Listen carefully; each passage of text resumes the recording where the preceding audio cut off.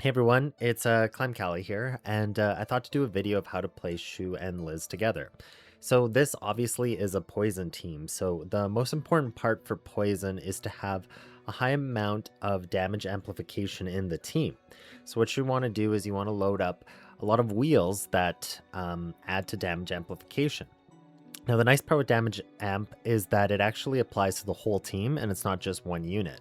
So you can click up here and see the team info, and you can see that my total damage amplification is 172%. Yours will probably be less than that because I have some really high up wheels here on Liz.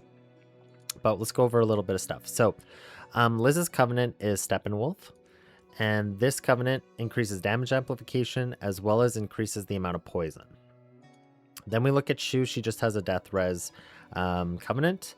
We have Clem here, who has a strike covenant, so it's twins black, but what happens is she gets an extra strike on every other turn. So then we look at her wheel here, and her main wheel is amidst the downpour, and that this strike has a chance to gain 1 arithmetica as well as trigger 10% poison on all enemies. Mine's only at 1 star, but yours might be higher. If you don't have Clem's event wheel, what you can do is you can put on this wheel here, is one of my other favorite wheels on Clem's, just mostly because this increases the base damage of her exalt. And then on Liz, we have 2 wheels that are both damage amplification. This one, obviously Sunfall, increases also poison. But this one, Chains Unbound, is really good because you get the base damage is dealt by the wielder's cards increased, as well as you can get a chance to get one of her cards in hand, which is really great because you want to try to get her flames, especially in Arc 1 content. Generating flames can be a little bit hard for you. Okay, and then we go to Feint. Feint just has, again, I put Death Res on this wheel, on this Covenant, sorry, and this one just basically, as you can see, death resistance is 80%. And that this one, that the wielder's defense increases shield by 60%. As well, she has Death Res wheel and this wheel that increases her counter. For your posse, what you want to have is actually this beginner posse. And the main reason for that is that you either inflict weakness to help protect yourself from getting damage, or you inflict vulnerable so that all of the enemies take damage. And you can also steal some strength from them. And this isn't temporary strength, you steal it permanently. Okay, so let's go see this. This is in hard mode. I chose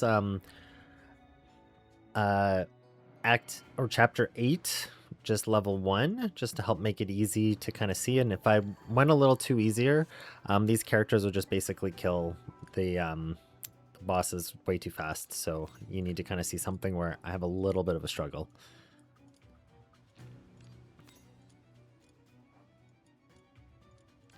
Okay, so the main part that I'm going to try to do with this team, or the plan, is really to use Shu and Clem for all of the... there's so much lag now with this new thing. I don't know what the heck they did, but to use Shu and Clem for the mob fights, and then to use Liz and Feint for the final battle. Now, you might see here that I chose to use 2 limited and 2 standard rather than doing a team of all limited, because that's kind of not really fair for people who are just starting to play the game.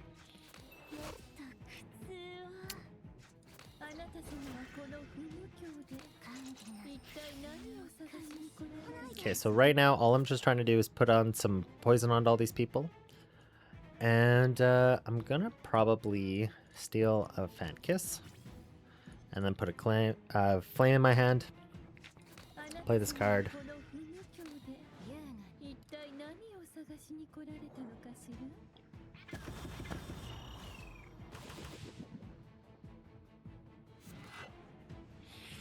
Alright, so now the true thing that I'm trying to load up for Ultra Space is I do want some flames up there. Mostly just for the final battle, but I also like playing Clem's Quasar just to help gain some strength, but right now the Quasar isn't going to help me, so I'll play this. And then I'll play one of these, and you can see how awesome that is. Okay, so now this enemy is going to die at the end of this turn, so what I'm going to do is I'm probably going to load up Feint here so that I can get more death res for the final boss, and then all of these cards I can play, and it gives Liz some Ailmist for future battles. You can see. So now I just click end turn. That little bird will die. And I have Ilmus for the next battles.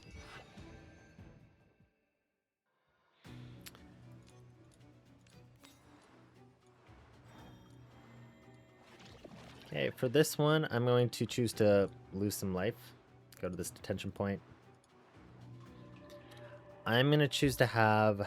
If I was in your position, I'd choose to do maybe this one, but I don't like losing Ilmus, so I'm going to just choose to do the next battle. They have more HP and they deal more damage. Okay. So, one of the things that I'm trying to find here are either strength-based relics or damage amp-based relics. So this one is a strength-based relic. So I'm going to pick that up. And this does obtain 11 shield when dealing active damage, obtain 22 temporary strength when restoring HP.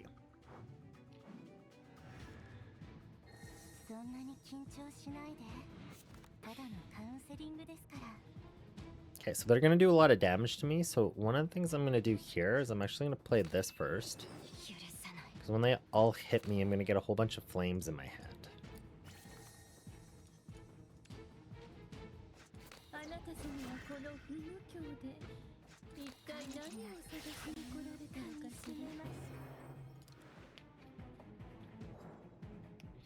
Now you're going to see that I just will get like a whole bunch of flames. Okay, I actually don't need this many flames, so I'm going to play this part for feint. Mostly what I'm doing this for is actually not to put weakness on them, but to actually up my death res for like the final boss battle. I'm going to load up again another flame into Ultra Space. And then from here, kind of didn't get like the greatest cards. So I'm going to do the same thing again where I'm going to offload all of these cards just to help raise Liz up and not worry about the battle.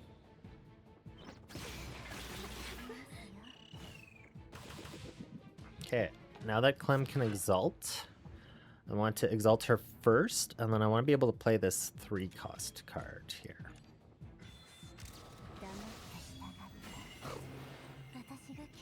Okay, I really want to kill this thing in the back because it's still alive.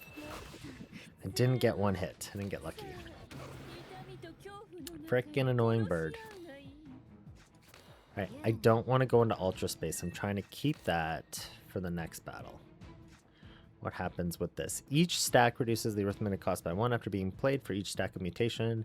Add a random distortion to your card and remove this state. Okay.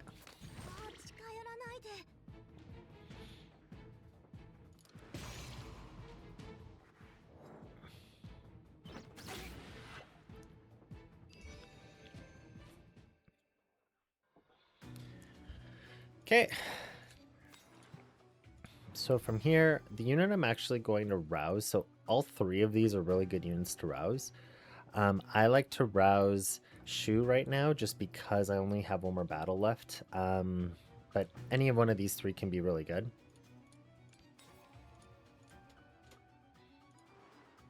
Okay, and again from here I'm looking for damage amp. After dealing damage each turn, after dealing the 6 damage each turn, gain 11 strength, so that's great. It's a strength-based weapon. For selling a command card, I'm going to sell Feint's 3-cost here because I just don't really like playing with it. And then I love getting another vulnerable. That's awesome. So I will put that one on here because I'm going to play that. And then I'll refresh this and see if I can get another Cov I can put on. Yep. I don't really like that Cov, so let's try again. Yes. Okay, see? And now I got some temporary strength. So the one that I'm going to play for this is, let's put it on a deep... no, this is a 0-cost card. Let's put there. Okay. Alright, so the goal now, right, is that we're in a boss battle. And what I want to be doing is to be able to, like, exalt Liz, but I also want to be able to exalt Shu here. So, let's see what happens. Okay. First, let's go find this card. And get another flame.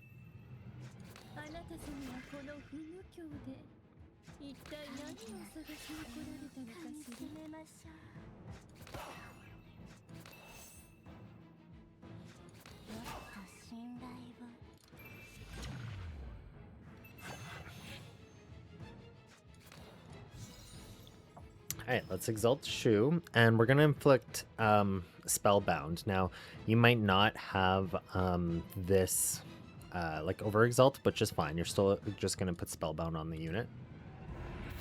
I also have Vulnerable. You might have saw me put that on with the posse just a little bit earlier.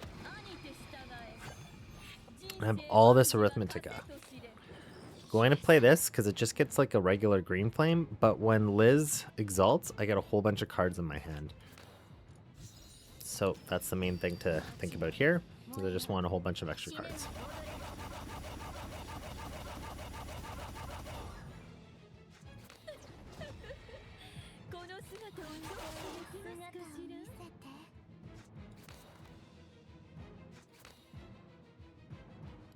Alright.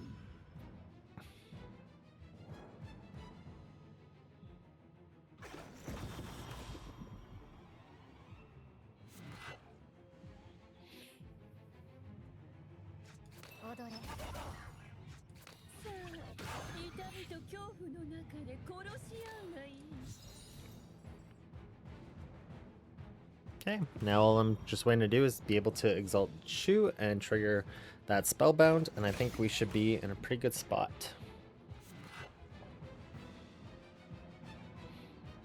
Got another one of these. So, let's go here. Pick up a second one.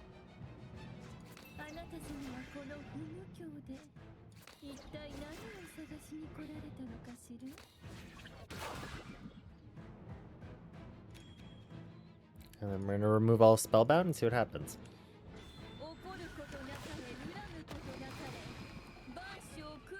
That's how simple it is.